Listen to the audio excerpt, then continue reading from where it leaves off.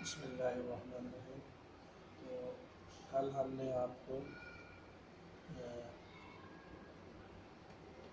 گردان کے جو سیغوں کی ترتیب ہے اس میں آپ کو ہم نے 6 سیغے بتلائے تھے: واحد مذکر غائب، تثنیہ مذکر غائب اور جمع مذکر غائب۔ اسی طرح یہ ایک سٹیپ بنایا تھا، تو اس ایک سٹیپ کے لحاظ سے جو میں نے آپ کو پہلے سبق میں پڑھایا تھا، اس لحاظ سے یہ واحد اور یہ تثنیہ اور یہ جمع، یہ تین ہو گئے۔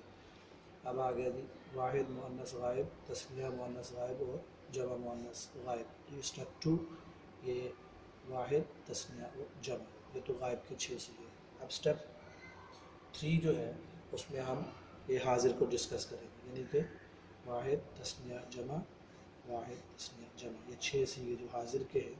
اب یہاں سے ہم ان کو شروع کریں گے۔ 7 نمبر سیغہ ہے واحد مذکر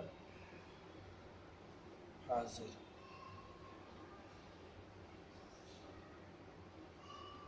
تثنیہ مذکر حاضر،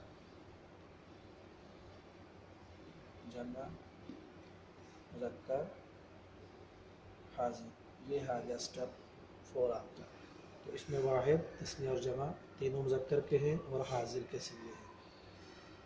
اور اسٹیپ 4 میں آپ سیغہ نمبر 10، تو یہ حاضر ہی کے مؤنث کے ہو جائیں گے: واحد مؤنث حاضر، 11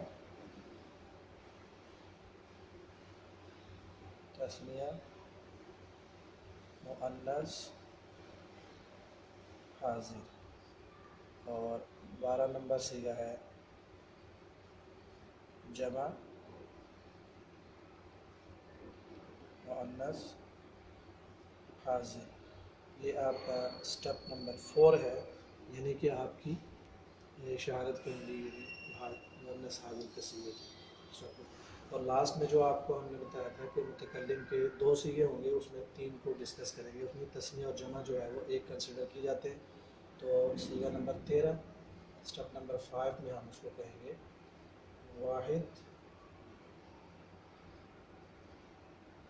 واحد متکلم، اور 14 نمبر سیغہ ہے تثنیہ اور جمع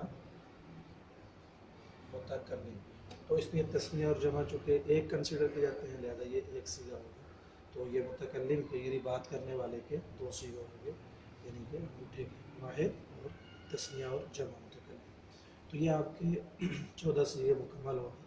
اسی ترتیب سے آپ نے یاد کرنا ہے، اسی طرح آپ نے اسٹیپ بنانے ہیں: اسٹیپ 1، اسٹیپ 2، اسٹیپ 3، اسٹیپ 4، اور یہ آ گیا اسٹیپ 5۔